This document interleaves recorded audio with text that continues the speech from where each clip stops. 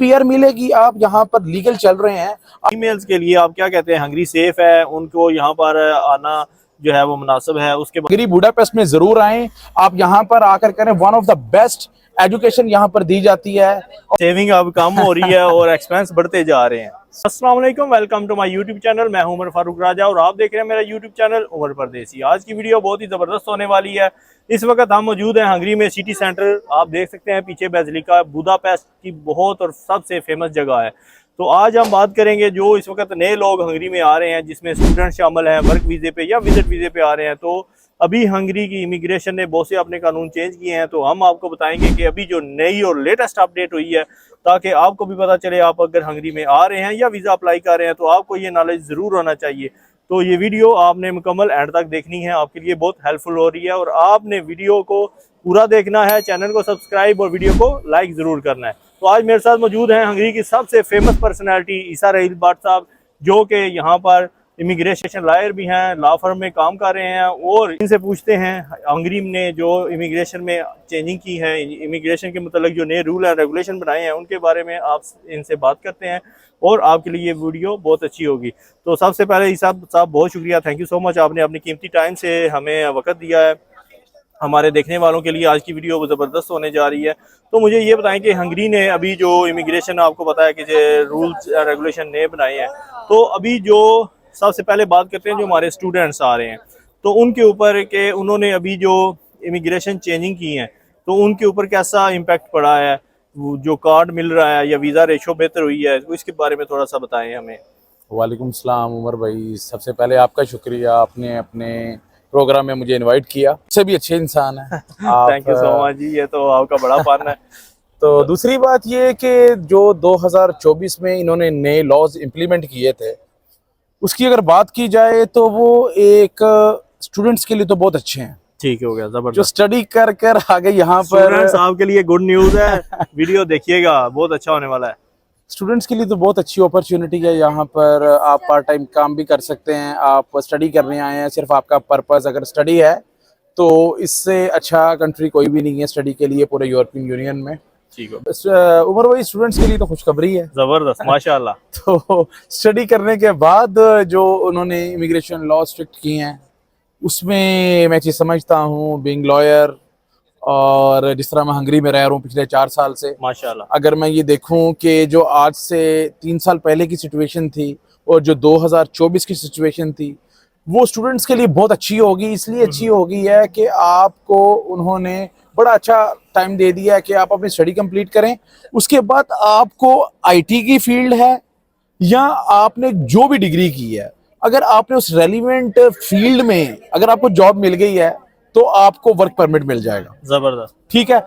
और सबसे अच्छी बात ये है कि जो लोग यहाँ पर आकर पढ़ना चाहते थे और अपने आप एक कुछ ना कुछ करना चाहते थे अपनी फैमिली के लिए, और अगर पाकिस्तान के हालात देखें तो वहाँ पर जॉब अपॉर्चुनिटीज नहीं है, लेकिन आफ्टर डिग्री यहाँ पर वो जब आपका लास्ट सेमेस्टर होता है डिफरेंट बड़ी यूनिवर्सिटी में, जिस तरह आपने बुडापेस्ट में नाम लिया, बिल्कुल, एलते हो गई, IBS यूनिवर्सिटीज हो गई और डिफरेंट जो इनकी गवर्नमेंट सेक्टर पे यूनिवर्सिटीज हैं, वहां से वो लास्ट सेमेस्टर में एक सेमिनार कंडक्ट करते हैं और उस कंडक्ट से वो लोगों को इंटर्नशिप ऑफर करते हैं। जबरदस्त, बिल्कुल। 6 माह का वो पे भी करेंगे इंटर्नशिप का, और साथ ही साथ आपको यहाँ पर 1.4 मिलियन 1.5 मिलियन की जॉब भी ऑफर हो जाएगी, क्योंकि ये IT स्किल्स हैं, एडमिनिस्ट्रेशन, अकाउंटेंट, IT और बिजनेस की फील्ड में मैं कहता हूं कि जो भी आना चाहते हैं वो लोग यहाँ पर जरूर आए। जबरदस्त। आगे जो लॉ की फील्ड है या डिफरेंट आप बहुत ज्यादा फील्ड है, मेडिकल की फील्ड है, उसमें भी आपको ना लैंग्वेज बैरियर आ जाता है, लेकिन IT फील्ड में आपको लैंग्वेज नहीं चाहिए होती। आपको अकाउंटेंट एज ए अकाउंट्स में आपकी इंग्लिश चल जाती है, लेकिन मेडिकल में थोड़ा सा मुश्किल हो जाएगा। जो यहाँ पर मेडिकल में आती है, फिजियोथेरापी आ गई, MBBS आ गया, वो जर्मनी यहाँ से मूव कर जाते हैं। यहाँ से वीजा लेना जर्मनी या डिफरेंट यूरोपियन कंट्री में वो आसान है, स्टूडेंट्स के लिए आसान नहीं है। बिल्कुल ठीक होगा। लेकिन तो हाँ जी, जी जी, एक बात है कि वो आगे जिस बच्चे ने स्टडी नहीं करनी उसके लिए बहुत मुश्किल है यहाँ पर। तो उसके लिए तो हर जगह ही मुश्किल होनी है, जारी बात है। तो मुझे ये बताएं ईसा साहब कि अभी जो हंगरी ने जो नए आने वाले स्टूडेंट्स हैं उनका कार्ड की ड्यूरेशन कम कर दी है, उसके बारे में आप जरा रोशनी डालें। बहुत से लोगों के कमेंट्स आते हैं कि यार हंगरी का जो नया ला आया, हम अभी आ रहे हैं तो इतनी बुरी खबर मिलने सुनने को जो है ना मिल रही है, तो उसके बारे में आप क्या कहते हैं? उमर कहते हैं कि पहली दफा जो पहली बात मैंने आपको बताई वो आपको मैंने पॉजिटिव की बताई थी, ये आपने नेगेटिव बात खुद ही दूसरी दफा कर दी है। नहीं, बहुत से लोगों का सवाल है, बच्चे परेशान है कि यार ये अब क्या होगा, उसको हम रिन्यू कैसे करेंगे, तो मैंने कहा ये जरूरी है भाईजान मैं पंजाबी च दसा, जे नहीं पढ़ना ते हंगरी ना आया जे पहला कार्ड 3 महीने का लभना है, और वो पहली फीस जो है ना वो आपने पे करके आनी है या साल की पे करके आनी है, लेकिन आपको पहला कार्ड 3 माह का मिलेगा। और ये सोच कर आइएगा कि आपने यहाँ पर पढ़ना है या नहीं पढ़ना। नहीं पढ़ना तो फिर 3 माह का कार्ड उमर भाई बहुत ज्यादा है आगे निकलने के लिए, तो मूव होने के लिए। तो लेकिन अगर आप यहाँ पर कहें कि यहाँ पर आके आप फीसिस भी निकाल लेंगे और पढ़ेंगे भी, और वो 5,000 यूरो, वो मेरी नज़र में बहुत मुश्किल हो जाएगा। और जो वर्क परमिट में आते हैं उनकी सैलरी यहाँ पर 700-600 यूरो सैलरी है, और जो वर्क परमिट पे आएगा वो सोल एंटरप्रेन्योर पे डिलीवरी के काम पे नहीं जा सकता। वर्क परमिट वाला सिर्फ अपनी फील्ड के अलावा कहीं भी अपनी वो स्विच नहीं कर सकता अपना परमिट। लेकिन स्टूडेंट जो है वो वर्क परमिट पर जा सकता है अगर अपनी रेलिवेंट फील्ड में। 2024 अगस्त से पहले वो कहीं भी जा सकता है, like as a courier food delivery में जा सकता है, ये KFC मैकडोनल्ड्स के वीज़स पे जा सकता है। लेकिन 16 अगस्त 2024 के बाद वो सिर्फ अपनी रेलिवेंट डिग्री में जा सकता है। तो इसके बाद जो फीमेल्स आ रही हैं, क्योंकि फीमेल्स का आपको पता है कि बहुत ज्यादा फैमिली भी परेशान होती है कि लड़की का बाहर आना, हमारा माशरा भी आपको पता है इस तरह का है, तो फैमिलीज के फीमेल्स के लिए आप क्या कहते हैं, हंगरी सेफ है, उनको यहाँ पर आना जो है वो मुनासिब है, उसके बारे में थोड़ा सा बता दें। बहुत सी गर्ल्स परेशान हो रही थी कि हमें बताएं, हमारी फैमिली जो है ना वो नहीं अलाउ कर रही कि आप हंगरी में जाएं, यूरोप में जाए, घर से बाहर जाएं, तो इस बारे में उनको बता दें हंगरी उनके लिए कैसा है। सबसे पहले उमर भाई, आप भी यहाँ पर रहे हैं, यहाँ पर आपने टाइम गुजारा है, यहाँ पर अगर देखा जाए जो मेल स्टूडेंट्स हैं उनके लिए डिलीवरी वाली जॉब इजी है, मतलब गर्ल्स की निस्बत। और अगर एक लड़की की हैसियत से पढ़ने आई है, फीसिस अफोर्ड करना और डिलीवरी कोरियर कर रही हैं लड़कियां, मैं ये नहीं कह रहा कि नहीं कर रही, वो बहुत हार्ड जॉब है। ये सबवे में, बर्गर मेकिंग हो गई, KFC में ये होता है कि इनिशियल स्टडी के साथ जो आप कंपनीज की बात कर रहे हैं सर, उन्हें फुल टाइम चाहिए होते हैं, लेकिन वो after degree you can apply. लेकिन डिग्री के साथ साथ आपने जो है ना स्किल्ड जॉब, वो बहुत मुश्किल हो जाती है क्योंकि उसमें आप पार्ट टाइम नहीं कर सकते, उसमें मिनिमम 8 आवर्स चाहिए होते हैं, फिर आपको यूनिवर्सिटी 5 दिन होती है, तो वो बहुत काम हार्ड हो जाता है। ठीक हो गया जी। तो इसके बाद जो हमारे लोग आ रहे हैं पाकिस्तान से, वो ड्राइविंग लाइसेंस जो है कौन सा लेके आए, क्योंकि अब यहाँ पर ड्राइविंग के बारे में भी बड़ी सख्ती हो रही है, पुलिस चेक करती है, लाइसेंस जो है कन्वर्ट नहीं हो रहे, तो कौन सा लाइसेंस कन्वर्ट हो रहा है और कौन कौन सी कैटेगरीज जो है अब कन्वर्ट हो रही हैं? सर उमर साहब, ये ना आपने बड़ा क्रूशियल क्वेश्चन किया है। अगर पूरे बुडापेस्ट में बात करूं कि अगर फुल कैटेगरीज का लाइसेंस है, वो उमर साहब के पास ही है, जो मुझे उड़ती उड़ती खबर मिली थी और मैंने आज देख भी लिया। ये सिर्फ इनके पास फुल कैटेगरीज लाइसेंस है और बड़े लकी हैं कि इन्होंने टेस्ट पास कर लिया। अब आपने लाइसेंस की बात की है सर, मैं अपने क्वेश्चन पे, आपके क्वेश्चन पे आ जाऊं सर। उसमें यह है कि आपका जो लाहौर का लाइसेंस है, इसके साथ साथ जो गुजरांवाला का हो गया, इस्लामाबाद का हो गया, पंजाब का कह लें, सिंध का कह लें, क्वेटा का कह लें, सर इधर सिर्फ और सिर्फ एक लाइसेंस चेंज होगा, वो सिर्फ मोटरवे का, जिसमें कैटेगरीज शो होती हैं। आपने देखा पंजाब में कैटेगरीज बिल्कुल बिल्कुल, तो उसमें आपको जरा दिक्कत आ सकती है। आप कर वो भी सकते हो, लेकिन आपको यहाँ पर आकर क्लासेस लेनी पड़ेंगी, आपको यहाँ पर आकर उसका टेस्ट देना पड़ेगा। बहुत से लोग कहते हैं क्लासें तो ले लेंगे, टेस्ट तो नहीं होता, प्रैक्टिकल टेस्ट होगा या सिर्फ क्लास लेनी है? सर उसमें ना कुछ ये चीजें होती है, जितना पुराना लाइसेंस होगा उस पर थोड़ी सी एग्जाम्पशंस दे देते हैं, और ये वियना कन्वेंशन का रूल है कि आप कोई भी लाइसेंस हो चेंज कर सकते हैं। लेकिन उन्होंने वियना कन्वेंशन जो हुई थी यहाँ पे, तो जो उसमें एग्रीमेंट्स हुए थे ना, उसमें आप चेंज तो नहीं कर सकते, रोक तो नहीं सकते, लेकिन आप उसमें अमेंडमेंट्स कर सकते हैं। उन्होंने सारा पाकिस्तान हाई कमीशन को बिठाया, पाकिस्तान एम्बेसी को बिठाया, उसको बिठाकर उन्होंने बात की कि ये तो बड़े जाली लाइसेंसेस आ रहे हैं, तो हम तो ये चेंज नहीं करेंगे। तो उन्होंने बात की कि हम अगर पाकिस्तान में किसी लाइसेंस को मानते हैं, मानते सबको हैं, आप ड्राइव कर सकते हैं, आप ड्राइव करें, आप इंटरनेशनल लाइसेंस लेके आए, लेकिन आपको उस पर काम करना अलाउ नहीं। अगर काम करना है आपने तो आपको यहाँ पर आकर चेंज करवाना पड़ेगा, और वो सिर्फ और सिर्फ हाईवे वाला, इस्लामाबाद हाईवे, शेखुपुरा हाईवे का लाइसेंस जो है ना, मोटरवे जिसको कहते हैं आप।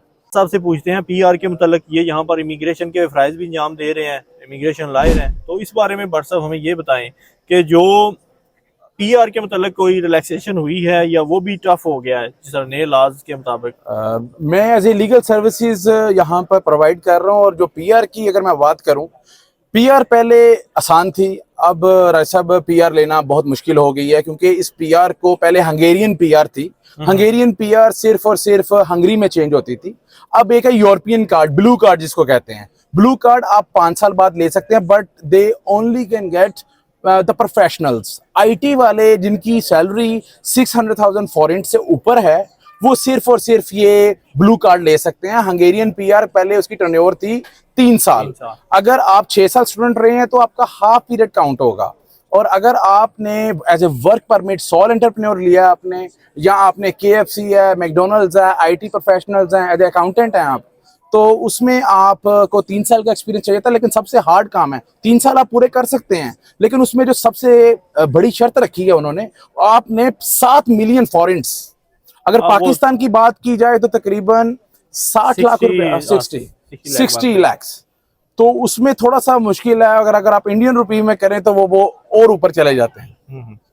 तो ये कितने ड्यूरेशन के लिए आपने अपने बैंक में सर ये ड्यूरेशन जो है, ड्यूरेशन उन्होंने साल की रखी है। 1 साल में आपने वो पैसे उसमें सिर्फ और सिर्फ आपके अकाउंट में पड़े हों, आपने होल्ड करके रखने हैं, और इसमें कोई ज्यादा ऐसा नहीं होती। और उसमें ये चीजें होती हैं कि आपने इंडिया से, पाकिस्तान से, बांग्लादेश से, नेपाल से और डिफरेंट कंट्री से आपने अपना केस डालने से पहले आपने वो चीज ना की हो, वो पैसे आपने ना रखवाए हो। तो ये एक हार्ड स्टूडेंट के लिए बहुत हार्ड प्रोसीजर है कि उसने अपनी यहाँ पर फीसिस भी अफोर्ड करनी है, उसने यहाँ पर अपना एक्सपेंसिव लिविंग एक्सपेंसेस भी अफोर्ड करने हैं, उसने अपनी फैमिली को भी फीड करना, सपोर्ट करना। It's very hard. और जो थी हंगेरियन पीआर थी वो एज सच इजी थी, लेकिन ब्लू कार्ड जो है ना, वो मैं चीज समझता हूँ वो सिर्फ प्रोफेशनल्स ले सकते हैं। हंगेरियन पीआर उनको 3 साल से लेकर उन्होंने 5 साल में कन्वर्ट कर दिया है। लेकिन पीआर मिलेगी, आप यहाँ पर लीगल चल रहे हैं, आप अपने टैक्सेस पे कर रहे हैं, उसकी एक शर्त है कि आपकी मंथली जो सैलरी होगी वो 600,000 मंथली आपकी सैलरी होगी। तो इसमें टैक्स की जो परसेंटेज अभी बढ़ी है, जो पहले तो आप पता स्टूडेंट के लिए बड़ी कंपनसेशन थी और जो काता पे कर रहे थे, exactly. अभी जो टैक्स आया है उस वाले से भी बर्डन काफी जो है ना वो स्टूडेंट के ऊपर और जो दूसरे वर्कर हैं उनके ऊपर बढ़ रहा है। तो उसके बारे में आप क्या कहते हैं?